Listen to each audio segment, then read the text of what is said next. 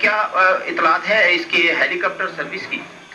جی منظر بھائی، اس میں یہ تھا کہ صبح سے جو ہمارا فیصلہ تھا وہ یہ تھا کہ پہلے ہم ریلیف گڈس بھجوائیں، جو اسینشل کموڈیٹیز ہیں جو اپ اسٹریم پاپولیشن کے لیے، ان کی ضرورتوں کو دیکھ کے ہم نے یہ فیصلہ کیا تھا کہ پہلے ہم ریلیف گڈس ٹرانسفر کریں گے. لیکن چونکہ ہمارے پاس ہیلیز کا فلیٹ زیادہ ہے تو اس کے پیش نظر ہم نے جو آرمی کے حکام ہیں ان سے مل کے یہ فیصلہ کیا ہے کہ جہاں ہم گڈس بھیج رہے ہیں ساتھ ساتھ ہم لوگوں کو جو پیسنجرس ہیں یہاں پہ جو اسٹرینڈڈ ہیں اور اپنے اپنے گھروں میں جانا چاہتے ہیں ان کو بھی ساتھ ساتھ ایئر لفٹ کریں گے علی آباد سے.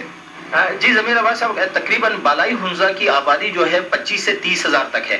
کیا ان لوگوں کے پاس کھانے پینے کے اشیاء، ادویات اور جو پیٹرول ڈیزل ہے وہ ان علاقوں میں کتنے عرصے کا سٹاک ہے؟ کتنے لوگ وہاں پہ ان چیزوں کے لیے گھوم پھر رہے ہیں؟ کیا اطلاعات ہے وہاں سے؟ جی سب سے جو ہمارا فوڈ کے حوالے سے اگر میں آپ کو بتاؤں تو جو ہمارا سول سپلائی کا آٹے یا گندم کا جو کوٹا بنتا ہے وہ جولائی کے آخر تک ہم نے 30,000 کی پاپولیشن کے لیے پہلے ہی ٹرانسفر کروایا ہوا ہے، آئدر بائی بوٹس اور وایا ہیلیز. اب جو میڈیسنس ہیں ان کا بھی اچھا خاصا اسٹاک ود ڈاکٹرز اور جو فردر میڈیکل فیسلٹیز ہیں ان کے ساتھ گلمت جو ہاسپٹل ہے اس کے اندر موجود ہے. اور فردر ہمارے پاس ٹیمیں آ رہی ہیں میڈیکل فیسلٹیز کے ساتھ، میڈیسنس کے ساتھ. تو جو ہمارے پاس میڈیسنس کا یہاں پہ سپلائیز آ رہی ہیں ان کو ہم فردر ٹرانسفر کر رہے ہیں. ساتھ میں جہاں تک آپ نے پی او ایل اور دیگر اشیاء خوردنی کی بات کی ہے تو ہماری اپیل ہے جتنے ٹریڈرز وہاں کے ہیں، جتنے دوسرے لوگ وہاں پہ اپنے اسینشل کموڈیٹیز لے جاتے ہیں حکومت کے ریلیف کے علاوہ، تو ان کو ہم نے یہاں پہ علی آباد میں ان سے ریکویسٹ کی ہے یہاں کی ریجنل کمیونٹی کے تھرو کہ وہ وہاں پہ لائیں. ان کو فری آف کاسٹ ہم وہاں پہ ٹرانسفر کروا دیں گے تاکہ وہاں جو لوگوں کی ضرورتیں ہیں اس حوالے سے اشیاء خوردنی کے حوالے سے وہ میٹ ہوتی رہیں. اس میں جو پی او ایل ہے وہ بھی شامل ہے. ہاں شکریہ ضمیر عباس صاحب. یہ بتا رہے تھے حنزہ کے بالائی علاقوں کی صورتحال اور جھیل کی تازہ صورتحال کے حوالے سے. جی بہت شکریہ منظر. کسی وقت بھی وہاں سے نکلنا شروع ہو سکتا ہے. ہمارے ساتھ اس وقت موجود ہیں اے سی حنزہ نگر ضمیر عباس. ضمیر عباس صاحب آپ کو خوش آمدید. یہ بتائیں کہ پانی کے گزرنے کا وقت گزر چکا ہے، کیا تیاریاں آپ لوگوں نے کی ہیں، کیمپس کہاں لگائے ہیں؟ اور بات جیسے جس صاحب نے بھی اس کو ایکسپلین کیا تھا، رہا سوال ڈاؤن اسٹریم ارینجمنٹس کا کہ اگر خدا نخواستہ پانی کا کوئی ریلا بہ آتا ہے جس کو آؤٹ برسٹ کہا جاتا ہے نارملی، اگر ایسی کوئی سچویشن ہوتی ہے تو آپ نے دیکھا ہے کئی دنوں سے آپ یہاں سے رپورٹنگ کر رہے ہیں، ہمارے تمام انتظامات اس سلسلے میں مکمل ہیں. ہم نے یہ کوشش کی ہے کہ ورسٹ کیس سینیریو کو مد نظر رکھ کے ہم اپنے انتظامات کریں. اگر کسی کا گھر ایسے کسی ایریا میں آتا ہے کہ کوئی واٹر ویو جنریٹ ہو کے اس اراضی کو، اس زمین کو یا اس کے مکانات کو یا دیگر اسٹرکچرز کو نقصان پہنچا سکتی ہے تو ہم نے ان کو آلریڈی محفوظ مقامات پہ شفٹ کیا ہے.